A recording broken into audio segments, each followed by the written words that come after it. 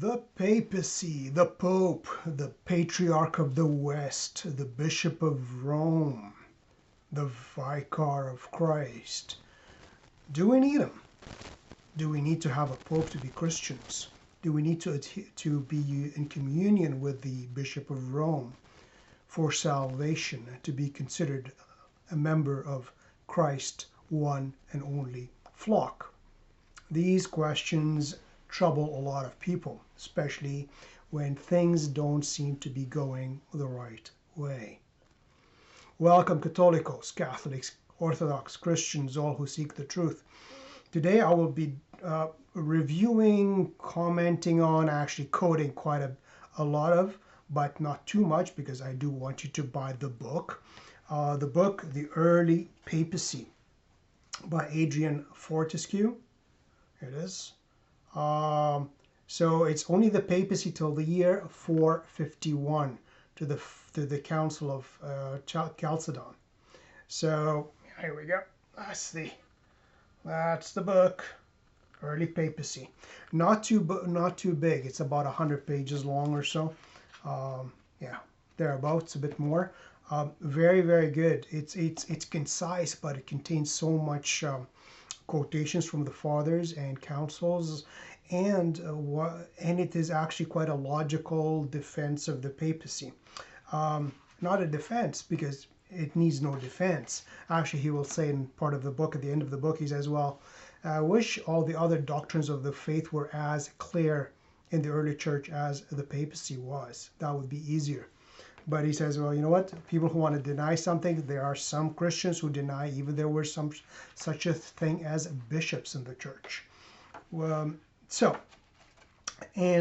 we will go. This edition is the 4th edition. It's printed by Ignatius Press. I really highly recommend it. Every Catholic, especially these days, needs to have that book and go over it.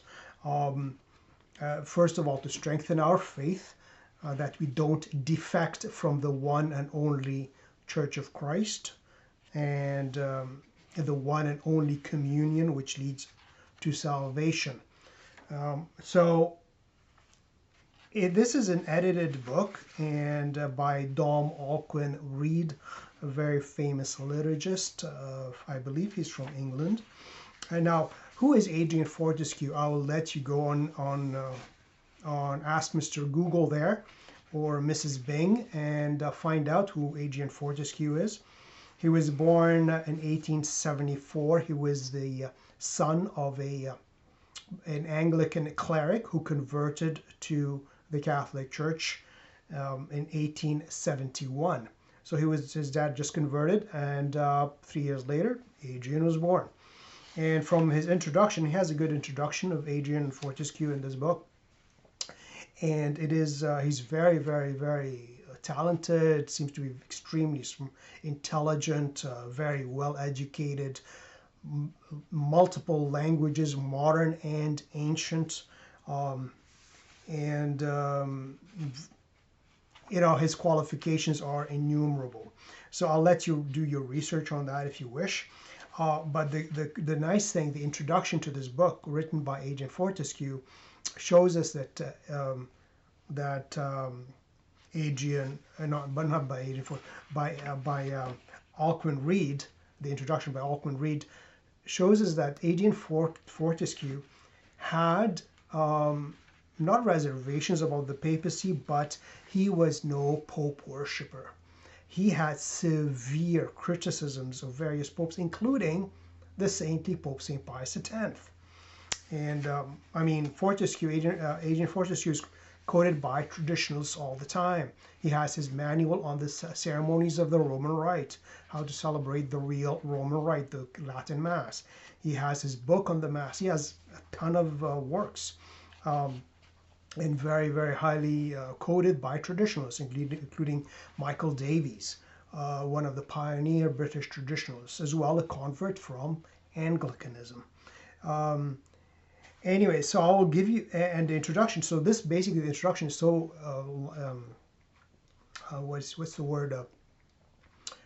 So we know that he's not just a pope worshipper who just says stuff. just to say it. His criticism are quite severe. So I'll just gonna go for a few of the parts of the introduction. So he says here, he says, Fortescue wrote within 50 years of the apotheosis of papal authority, the absolute height of papal authority that is evident in the decree of the First Vatican Council entitled Pastor Eternus, which defined papal infallibility. And Adrian Fortescue deals with that as well, explains exactly what do we mean by papal infallibility. But of course, and he says this gave, like during that period of time in the introduction, it led to an uncritical obedience and exaggerated importance to the papacy. It is important, but not to, it says here, there was a dangerous error of ultramontanism. So this belief that all juridical acts of the papacy, or that the policies or personal preferences of individual popes have always been, are today, and always shall be right, is erroneous. This is ultramontanism. And unfortunately, we suffer for it as Catholics sometimes. So we have to get over that. Not every word that drips from the lips of the Pope is divinely inspired. Whether it's about ecology or the environment or political parties or migration. So he says, it is one thing, and that's still in the introduction, it is one thing to personally to disagree with the opinion or policies of a pope, that's one thing, but it is quite another thing still to deny or dissent from his authoritative teaching. So we have to make this distinction. So then he has a bunch of quotes from Adrian Fortescue, and he laments the increasing centralization of the church. I mean, the height of the true Catholicism was in the Middle Ages, and the papacy, it was not that centralized. I mean, even the various cities, the cathedral canons would elect the bishop. As long as he was orthodox, adhering to the faith, the Pope was fine with that. Of course, if he was heretical, then the Pope would depose him. And after he quotes all these things, even severe criticisms of St. Pius X even, he says, I wish we were living in the 10th century. I'd take a different popes from the 10th century instead of this ultra-centralism which is happening. But he's a defender of orthodoxy, Adrian Fortescue. We have to remember that. So he says, clearly Adrian Fortescue was no ultramontanist. So so Dom Alcuin Reid, he says, he quotes Pope Benedict XVI, his May 7th, 2005 teaching, Wednesday teaching, where he says, this is quote from Pope Benedict XVI, the power of teaching in the church involves a commitment. So the power of teaching is the magisterium. The power of teaching of the church involves a commitment to the service of obedience to the faith.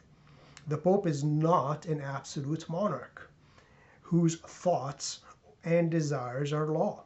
On the contrary, the Pope's ministry is a guarantee of obedience to Christ and to his word. He must not, so the Pope must not proclaim his own ideas, but rather constantly bind himself to the church, bind himself and the church to obedience to God's word in the face of every attempt to adapt the word of God, or to water it down, which is happening, of course, and every form of opportunism. So Dom Alcuin Reid, he wrote that in 2009 for this edition of this book. As I said, he quotes a lot of Adrian Fortescue in his criticisms of the various popes or various papal acts are in private letters to certain people. It is not his teaching from the pulpit or not in his books. These are private thoughts of his I don't like what this action of this Pope is doing. But these were private conversations, not in his preaching and defense. So he was not a hypocrite, because he was making a distinction between the office and the teaching and the private judgment or a disciplinary action which a pope might take. So Adrian Fortescue in 1920, in his introduction and note to the reader, it says that these are basically these were articles written in the Tablet newspaper, which was the once Catholic newspaper of England, and it was published. They were published in 1919. So this book is divided into 7 chapters, and it is so chapter 1. So maybe I'll read you quickly the chapter headings, or maybe I'll just show them to you. Here we go. So here are the chapters. I will not read them, I will not repeat this list. So we're going to go through each chapter quickly, and I'll try to do some quotes and minor commentary, but as I said, it is a wonderful book to purchase. And actually, before we go through this whole book,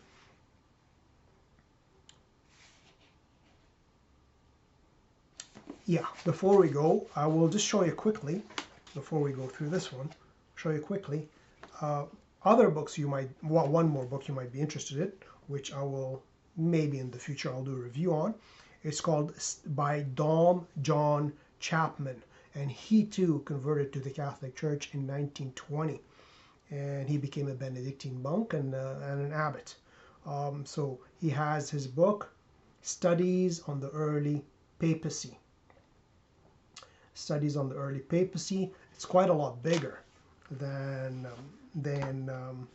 Adrian Fortescue's book, and it has the growth of the Patriarchate, Saint Cyprian, the Church, Saint Athanasius, to Pope Julius I, Saint Chrysostom on Saint Peter, Saint Jerome in Rome, the condemnation of Pelagianism. So this is quite a big book, small print. So it's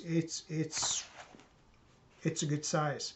So Studies on the Early Papacy by Don John Chapman. So that's another book you might be interested in. And another one, it's again, as to show you that the papacy was not invented in the 10th century. So I've shown this book previously on another video I did, and I was visiting Egypt years ago, and I visited old Cairo, which has still Roman walls still standing. And this is a book, it's the Coptic Church of St. Mary in Hared Zuela, so the neighborhood of Zuela. So here's the, I don't know if you can see that. It's kind of this light stuff, it's kind of bothering me. But anyways, here it is. So, and the nice thing, and it shows you the historic icons in this church. It says, الأيقونات الأثرية بكنيسة العذراء. So the ancient icons in the Church of the Virgin. So, and there are, so all the apostles, a lot of icons, and you see different apostles shown there, and they always have a book and usually a cross. Now there's one exception to the rule, and the rule, there's 2 icons of St. Peter. Remember, this is the Coptic Orthodox Church. Here's the other side here, this St. Peter with the keys. So St. Peter has the keys of the kingdom, the keys of the church. And the other apostle next to him is St. Andrew here, no keys. And there's another icon of St. Peter as well. And next to him is St. Jacob. So again, another icon of St. Peter here with the keys. So we see a very, very ancient Coptic church in Egypt has these historical icons, and we can see that only St. Peter has the keys. Not everybody has the keys, only St. Peter has the keys to bind and to loose to govern the whole Church of Christ. So now let's go into this book here. So, Introduction by Adrian Fortescue. So he starts off by Let's see here. Oh, we did the introduction already by now I couldn't read. All right, appeal to antiquity. First he says, look, you know, I know there's, at that time, the ecumenical movement, a Protestant movement, was attempting to unify all the various Protestant churches using that term, their term. The Catholic Church does not call them churches, calls them ecclesial communions or communities. So they were attempting to do that, and he says, well, some churches in that group even will accept the primacy of Peter, of the Pope, within certain limits.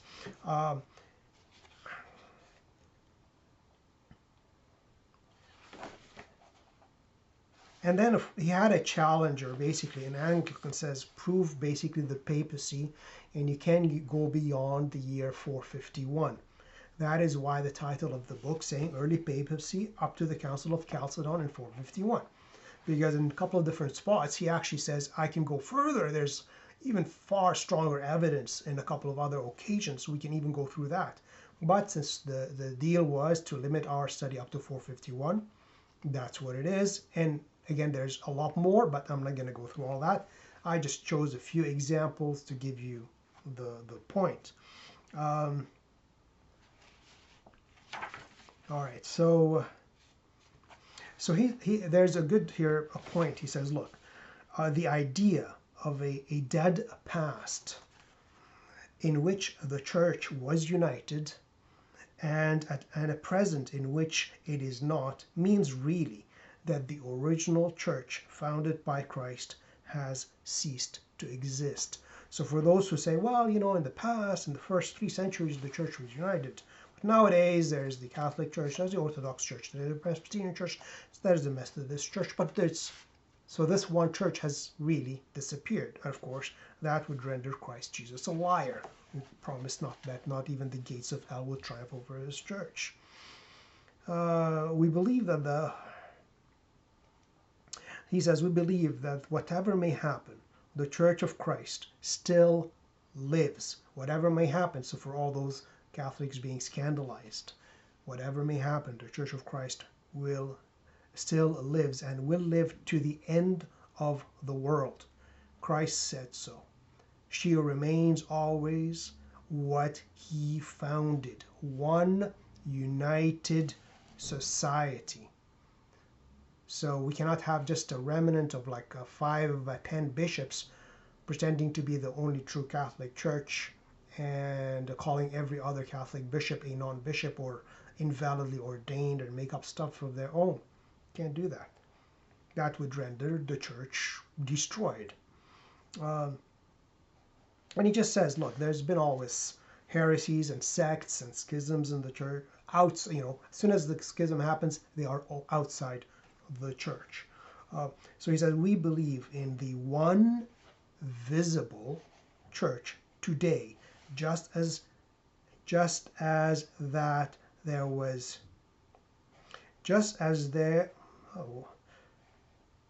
so we believe in the one visible church today, just as much as that there was such a church from Pentecost to the year 451. So that church doesn't change. From Pentecost to 451, it's still the same church today in 1920, and it is today in our own days. And he says, look, we believe all these teachings, not our own private interpretations of Scripture, our own studies. No, we believe with the authority of the church today is the criterion for all dogmas.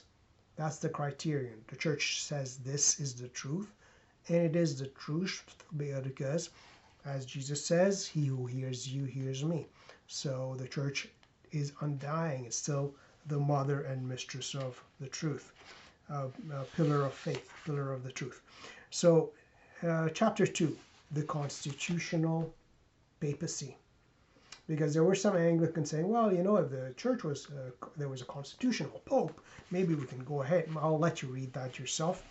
But Again, it goes says, what exactly do you mean by a constitutional papacy?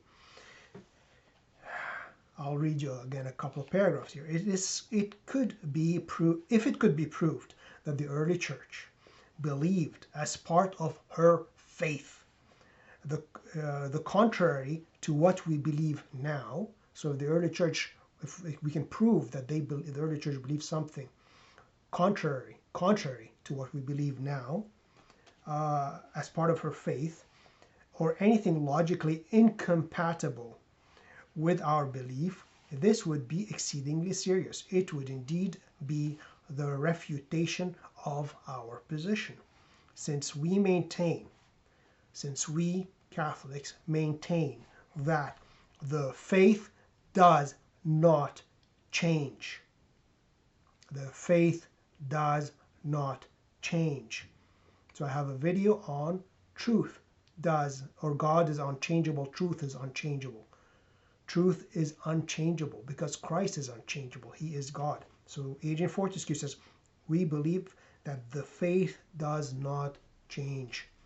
You can't be listening to the Spirit and discerning the signs of the times and watering down the Word of God and changing the faith and calling it development. I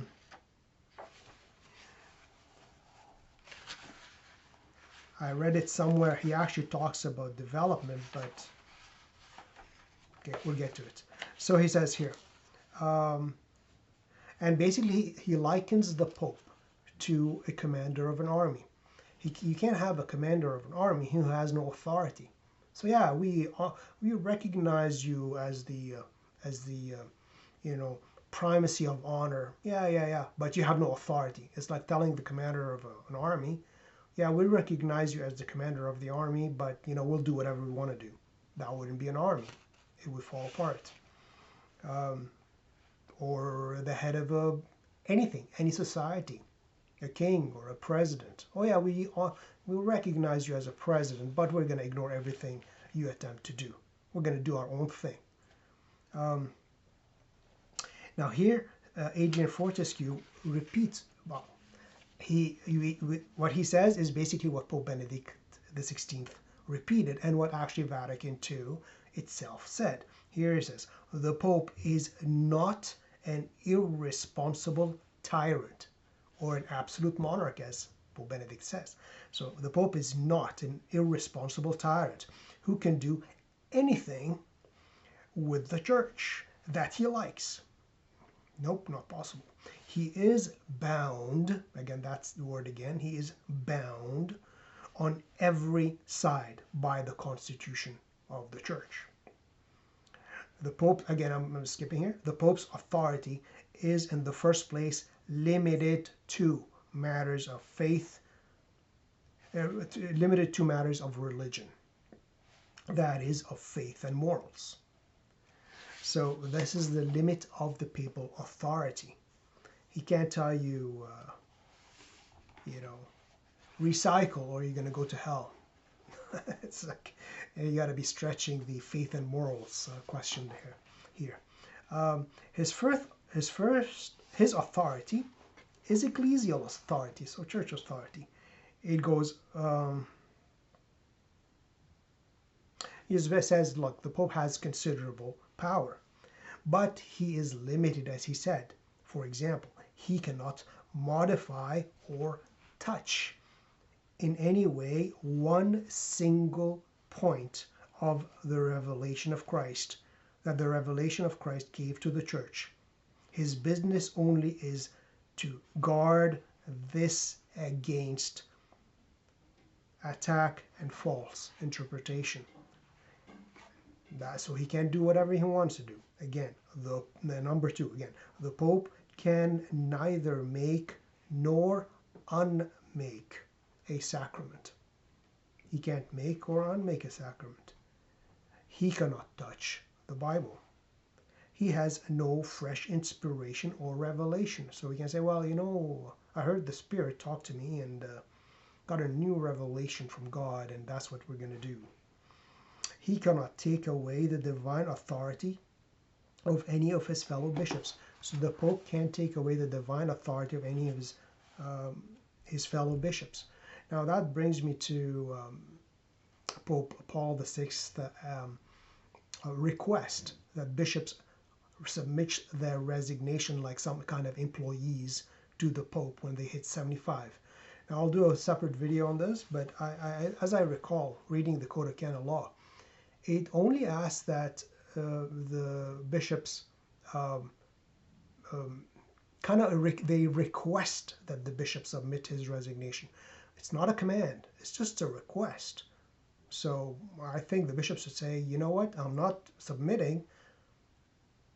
This is an innovation of Paul VI. He innovated this, and he innovated the limit on the cardinal's voting age of up to 80. So two apostolic innovations which go beyond the limits of his power, I would think. But again, that's only me. So he says here, each Catholic bishop receives his jurisdiction from God. So it's not the Pope who gives the jurisdiction. It's God who gives the jurisdiction. And the Pope can't just say, well, if a bishop is a heretic or a schismatic or immoral, then the Pope, as his superior, would intervene and remove him or replace him. But he can't remove a bishop just because he reaches the age of 75. Again, that's an innovation of Paul VI. Anyways, let me just skip here a bit because I don't want to go through a lot, because we want to go through the proofs right now. So first of all, he says, yeah, the Pope has the papacy grown. He says, well, the exercise of the power has grown, but not necessarily the papacy itself. He says, now here's a thing about development of doctrine, which you hear about. He says, people use it, those who want to change the faith, they say, well, the doctrine develops, development of doctrine, meaning evolution of doctrine, meaning change of doctrine. Here's what it really means. But we do not admit that this development, in the papacy in this case, means any real addition to the faith.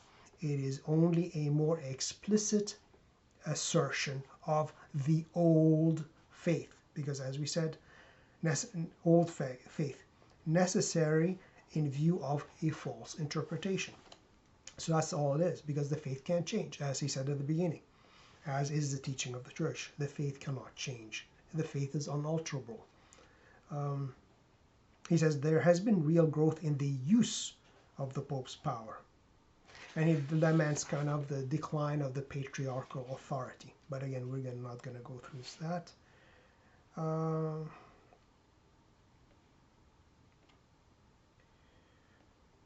We take the church as she is, because she is the church of Christ, and we know that Christ will not allow her to lead us astray in anything essential. So in anything essential, we can rest assured of the church. Now, chapter 3, again, this is what we're doing here. Early Papacy, Adrian Fortescue. Chapter 3. What are the papal claims? All right, so what are the papal claims? What we believe about the rights of the Pope is contained in 4 points. So that's why it's nice. He actually makes his points clearly, and then when he does something, he bases it on, well, if that's true, then this must be true, and if this is true, that must be true. For example, when we get to the infallibility of the Pope, he says, well, all the church fathers believed in the infallibility of the church, and all the church fathers referred to the Pope as the final court of arbitration, as the final judge, and his decisions were binding. So when the Pope would say something, because the church is infallible and he's the final judge of the Church of Rome, that renders him infallible. You have to go through the whole arguments. What we believe about the rights of the Pope. So number 1, the Pope is the chief bishop, primate, and leader of the whole Church of Christ on earth.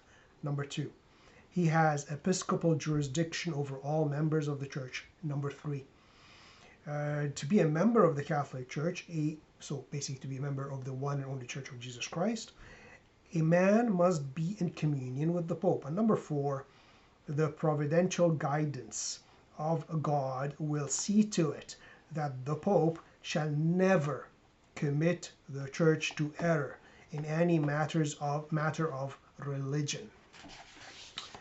Again, the word is commit the church to error. So meaning the Pope will be prevented by God from declaring heresy or from commanding obedience to heresy or religious error or immorality. So then he goes through each point kind of separately. Okay, I don't want this video to be too long, so I'm going to try to, let me see, kind of quickly browse.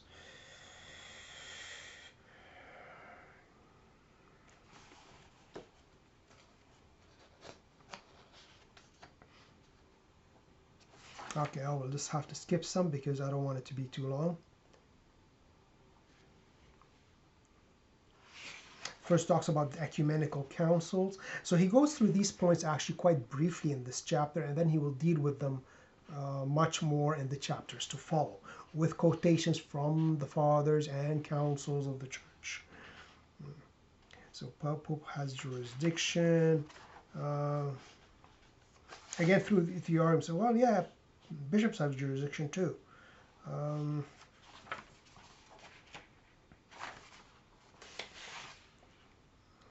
To be in okay.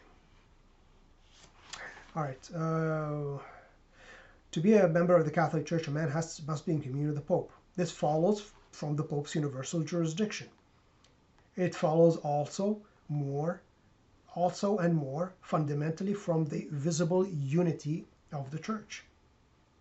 The Pope is certainly a Catholic, so all must be in communion with him, because basically Catholics are supposed to be in communion with other Catholics. And being the head of the Catholic Church, it's assumed he is a Catholic, so of course you have to be in communion with the head of the Church. So this is basically very brief points. And he talks about the infallibility, which is kind of important here. Providence will see to it that the Pope will never commit the Church to error in matters of religion. It doesn't mean any sort of inspiration given to the Pope. A Pope might be quite ignorant and a very poor theologian. He may make a mistake as a private theologian. But papal infallibility is a negative protection. So papal infallibility basically is a preventative. God will not allow even a pope who makes private errors, theological mistakes, to bind the church to error. So the doctrine of infallibility is a negative protection. That's what it is. Final Court of Appeal, Vatican I.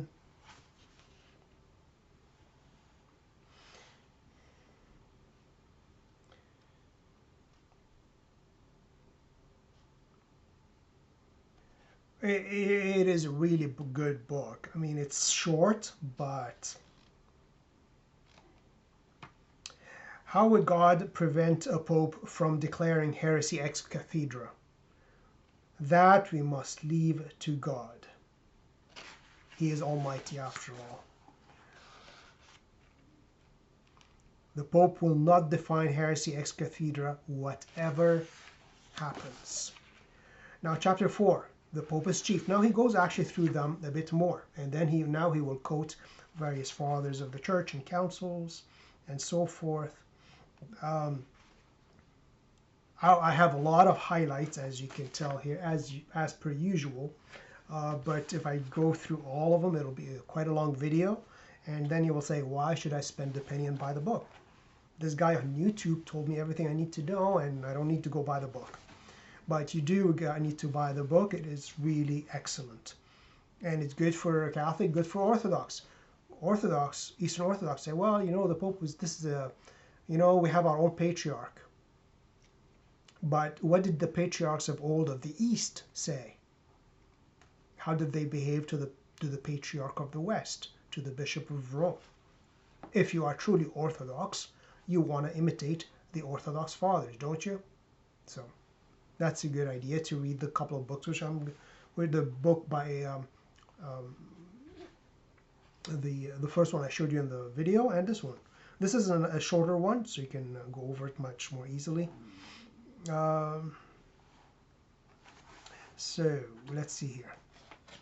So the Pope is the chief. So number one, the Pope is the chief bishop, primate, and leader of the whole Church of Christ on earth. So he has St. Ignatius of Antioch, an apostolic father, the successor of St. Peter in Antioch, the first see of St. Peter. So in 107, he was on his way to be martyred in Rome, and he addresses a letter to the Roman Church, and he calls the church in Rome, the Roman Church, the presiding church. So the church of the presidency, the head church.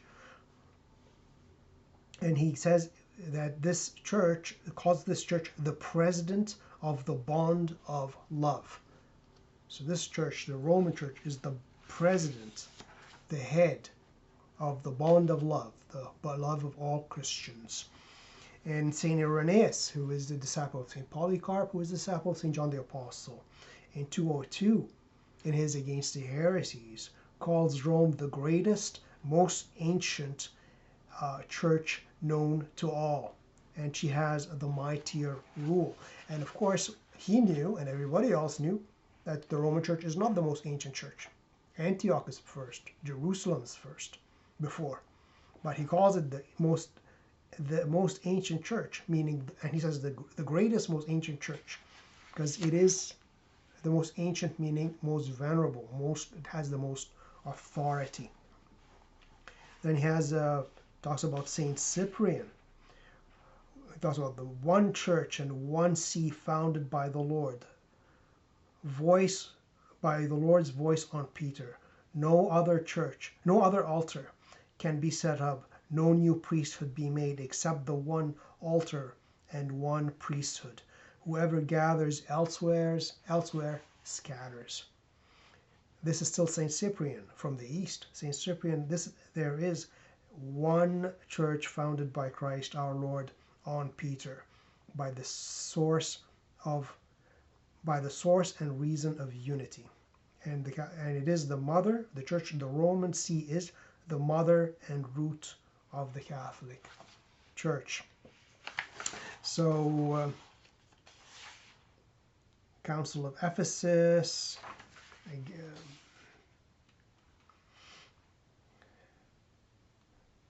Even he has, yeah. So I will, again, it has a lot. So chapter 5, jurisdiction, the Pope's jurisdiction. The Pope's universal jurisdiction before the year 100. St. Clement of Rome, the Pope of Rome. St. Clement of Rome in his first letter to the Corinthians. And this is an undisputed, authentic letter. There's the second letter of St. Clement, which is a disputed letter. But in this letter, St. Clement in the letter commands. He doesn't request, he doesn't suggest, he actually commands. He's using his papal authority to command believers of another church.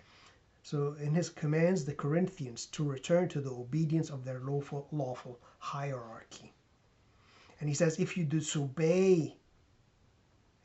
any disobey what he, Jesus Christ, says through us. So St. Clement says, if you disobey anything which Jesus says through us, through me, let them know that they will be involved in no small offense and danger, but we shall be innocent of this sin. So I'm not taking responsibility for your sin if you disobey us, disobey me. And he actually sent people to enforce the obedience of his command. Let's see here. And then there he gives the example of Saint Victor, Pope Victor I of Rome, who reigned 189 to 199, who wished to excommunicate almost half the church in the East because they kept the Feast of Easter on 14 Nisan. And he said, no, you got to keep it with us.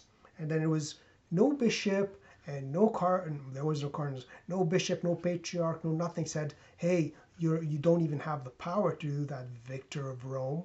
You're only a bishop in Rome, even a patriarch. We can't excommunicate half the church with the other patriarchs because we keep the feast of Easter on a different day. Nobody said that. Saint Irenaeus interceded with Victor of Rome. He told him, look, he didn't say you don't have the authority. He said, this is not a good idea. This is a bad decision. Look, these people and these are simply following the tradition which they received from the Apostle St. John. And this is what they have learned. They are just keeping their tradition. So you shouldn't do that. He didn't say you didn't have the power. And no bishop told him you don't have the power. They just simply said, don't do that. And Pope Victor relented and did not excommunicate or attempt to excommunicate these people. But nobody told him you don't have the power to do so, which shows you even from the earliest times of the church, the popes had the power, or they received by apostolic tradition that they had the power to guard and to govern the whole Church of Christ. And it was a matter of faith for him because he wants a unity in the date of Easter celebration. But they had an apostolic tradition in the East, and they told him, look, we can't abandon what we received from the apostle. So Victor the First of Rome did the right thing and left them to their own apostolic liturgical tradition. Even Tertullian, who became a rigorist and basically entered into schism with Rome, Tertullian in year 220, he's bitterly attacking the Pope. He's attacking Pope Zephyrinus because he became lenient. So in his attack, Tertullian is attacking the Pope. He's attacking him fiercely. And what does he call the Pope? He calls him the Supreme Pontiff. That is the Bishop of Bishops. So in his attack against the Pope, he still calls him the Supreme Pontiff, the Bishop of Bishops. That is Tertullian. All right, so I'm going to skip a whole bunch of other stuff because it's St. Basil the Great, whose liturgy the Byzantine Rite celebrates several times a year. Most often it's the liturgy of St. John Chrysostom, but St. Basil the Great, he's quoted here as well. St. Athanasius, he is writing to the Bishop of Rome to examine our affair. And basically shows you the authority of the Bishop of Rome. St. Jerome, St. Augustine,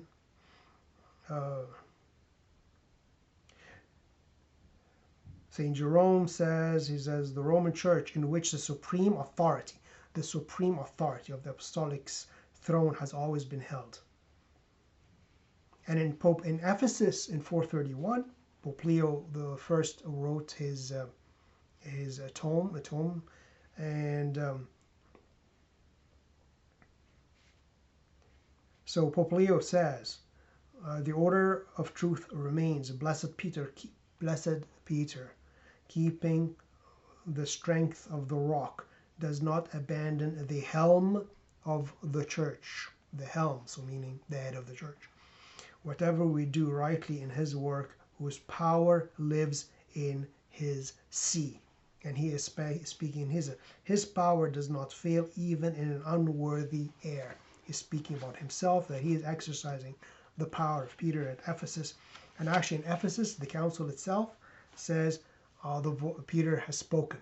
That's it. So they recognized in the Bishop of Rome and Leo, Peter has spoken. And then there's he says, look, this brings us to at that point he says, look, there's other things like the formula of Pope Hormisdas.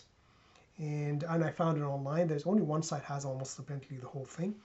And there's the Appeal of Photius to Rome in 857. Pope Hormisdas was in 517. And I was searching, and I found that the Maronites of Lebanon, so the Maronites, so in the east, Syria, Lebanon, were basically one land.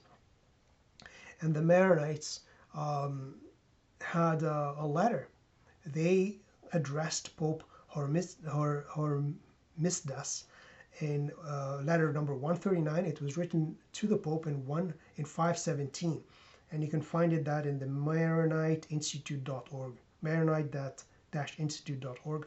Anyways, letter 139 says, so the Maronite monks of Syria Secunda province to Pope Hormisdas, and that's how they address him. To Hormisdas, the most holy and blessed patriarch of the whole world, patriarch of the whole world, the holder of the see of Peter, the leader of the apostles. This is how they address the Pope of Rome in 517 from Lebanon with the Maronite monks. Chapter 6, Communion with Rome. Again, I'll try to be brief on that one. So the third thesis is to be a member of the Catholic. So at the beginning, as I said, he just mentions the four theses, the four criterion, and then he briefly talks about them. And then in each further chapter, he deals with them quite a lot more and brings the fathers and of the church, the councils, and so forth. So third thesis, to be a member of the Catholic Church, a man must be in communion with the Pope. And it's based upon papal jurisdiction. It follows, and this basically, it follows, to be in communion with the Pope, it follows from the still more radical principle that members of the Catholic Church necessarily are in communion with one another. So, because members of Catholic Church have to be in communion with one another, so obviously you have to be in communion with the Pope. The visible unity of the Church of Christ is the root of our belief after the existence of God, the claim of Christ as our teacher, and the fact that Christ did found a church. Unless the church is united as one society by intercommunion among all her members, schism means nothing at all. So if the Church of Jesus Christ, the one and only church, is not united as one united society with a governing body and a head, then schism means nothing. What is a schismatic? What does it mean? Okay, I've got my church, you've got your church. We're all part of the Church of Christ. So schism means nothing at all. And of course, if you read the early fathers and councils, it means a whole lot to be in schism.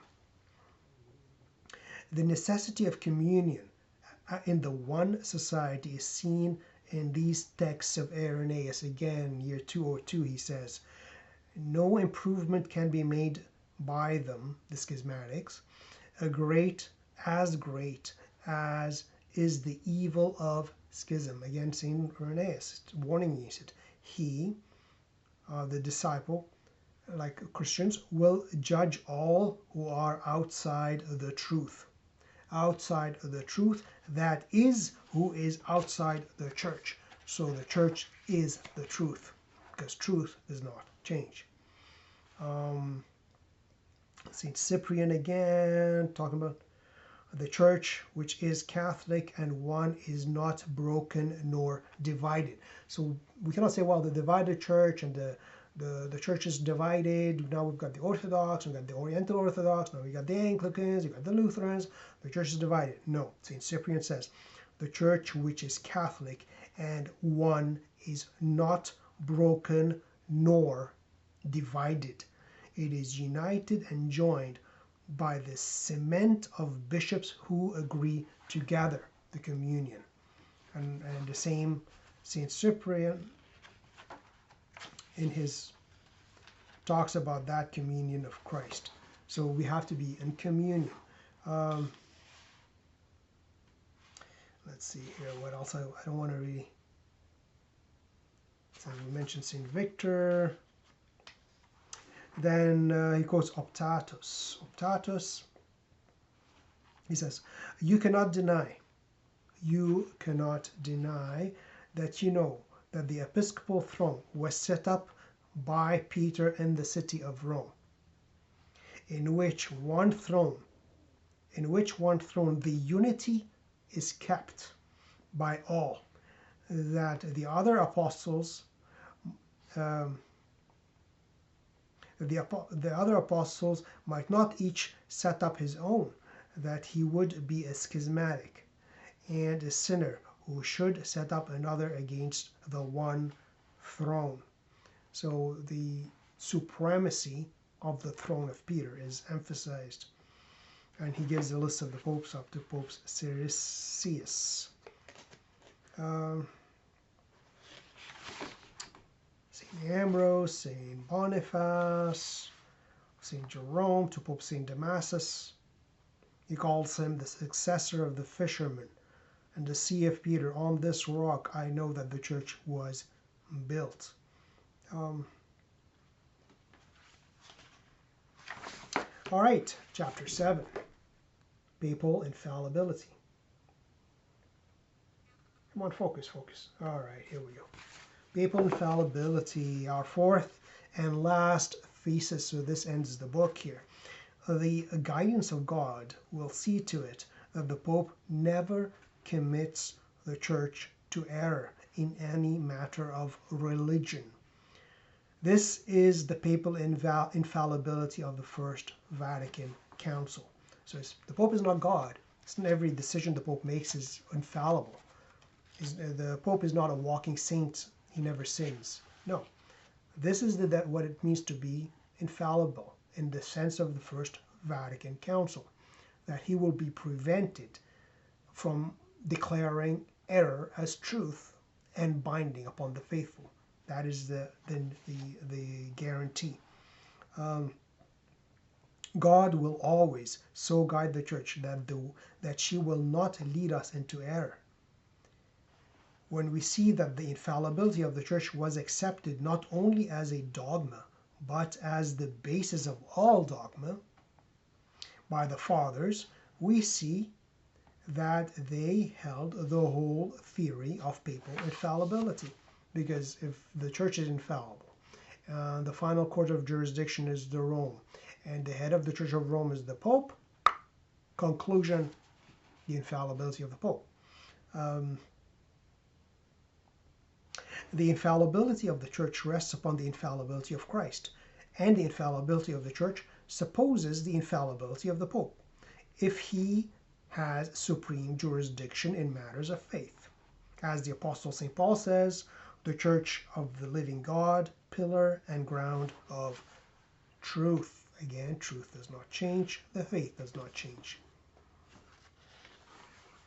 And then he quotes in Irenaeus, again talking about that truth is kept by the apostles and their successors. Of course, he talks about the Church of Rome being the supreme church. And conclusion, add 1 + 1, you get 2. He calls the Church of Rome, again, St. Irenaeus, the greatest and oldest church, established by the glorious martyrs, Saints Peter and Paul. So for all who deny that St. Peter and Paul were in Rome and died there, read St. Irenaeus, the disciple of St. Polycarp, disciple of St. John the Evangelist.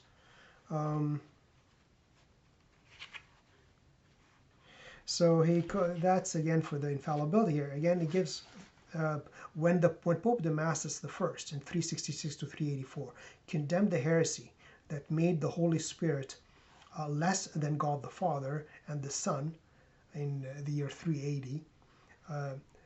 Zozomenus, his church historian, thus describes what happened. Again, he describes it, and then he says, when he did this, when Pope Damasus intervened and he declared the truth, he says, the bishop, he said, when this question was discussed and grew from day to day, from love of debate, the bishop of the city of Rome, having heard the matter, wrote to the churches of the East. So the Pope intervened, wrote to the churches of the East, that they must, not may or should, they must confess the consubstantial Trinity equal in honor and glory, as do the Western bishops. When he did this, all were quiet, as the controversy was ended by the judgment of the Roman Church. So it calls Pope Innocent again. Let's see here.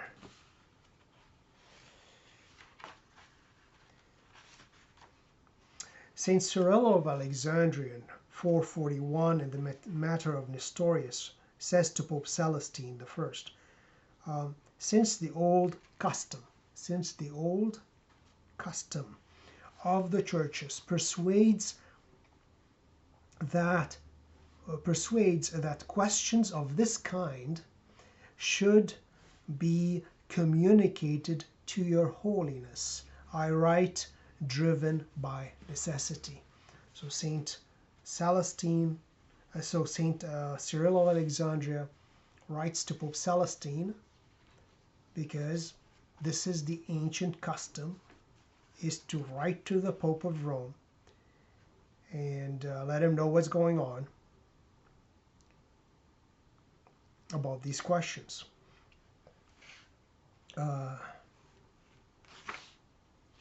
And again, Council of Ephesus, he says, the Council of Ephesus, the Ephesus Fathers in the East said, after Pope Leo, after the dogmatic letter of Pope St. Leo the Great had been read, they said, this, and this is in the Acts of the Council of Ephesus, says, this is the faith of the Fathers, this is the faith of the Apostles. We all believe so. The Orthodox believe so. Anathema to him who does not so believe. Peter has spoken thus through Leo. Peter has spoken thus through Leo. So the bishops of the Council of Ephesus recognized the dogmatic definition of Pope Leo the Great. Peter spoke through Leo. Matter is closed, finished. That's it. That's an ecumenical council in the East. All right, last page here.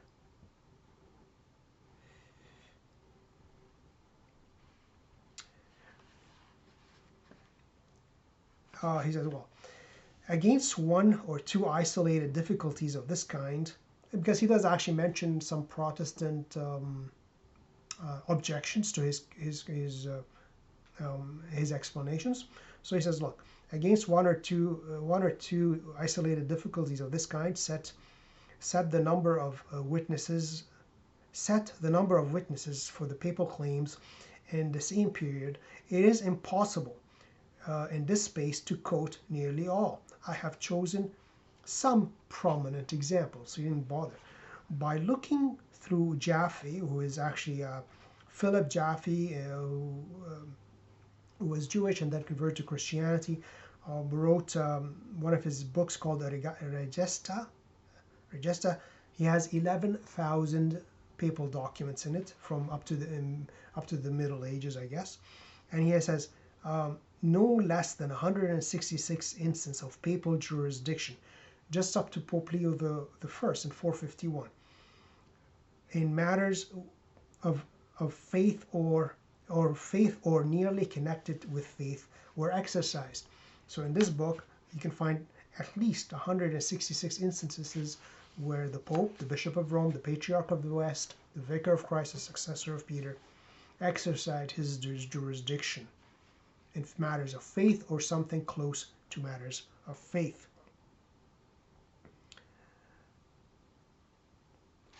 And actually he says somewhere else, I missed it, but basically he says, look, and ultimately the head of the church is Christ. The Pope is the vicar of Christ, the vicar of the King. So he does mention that, which is a thing I've been saying for quite a while as well. So in the last paragraph, he says, to the present writer, meaning himself, Adrian Fortescue, to the present writer, the papacy seems one of the clearest and easiest dogmas to prove from the early church. Theology would be an easier subject if everything could be shown to be the belief of the Church of Christ from the beginning, as plainly as the papacy. And then there's an appendix from the Catechism of the Catholic Church, talking about the papacy and the church. Pretty good points. And then suggested readings, Appendix 2, and that's it. So, so this is Adrian Fortescue's book, Early Papacy, up to the Council of Chalcedon in 451. Really easy to read, a ton of citations, and he says he can go a whole lot more, but no need, and plus it's a limited time period up to 451. And then, as I had said, he doesn't just talk about quotations. He actually builds a logical case for the papacy.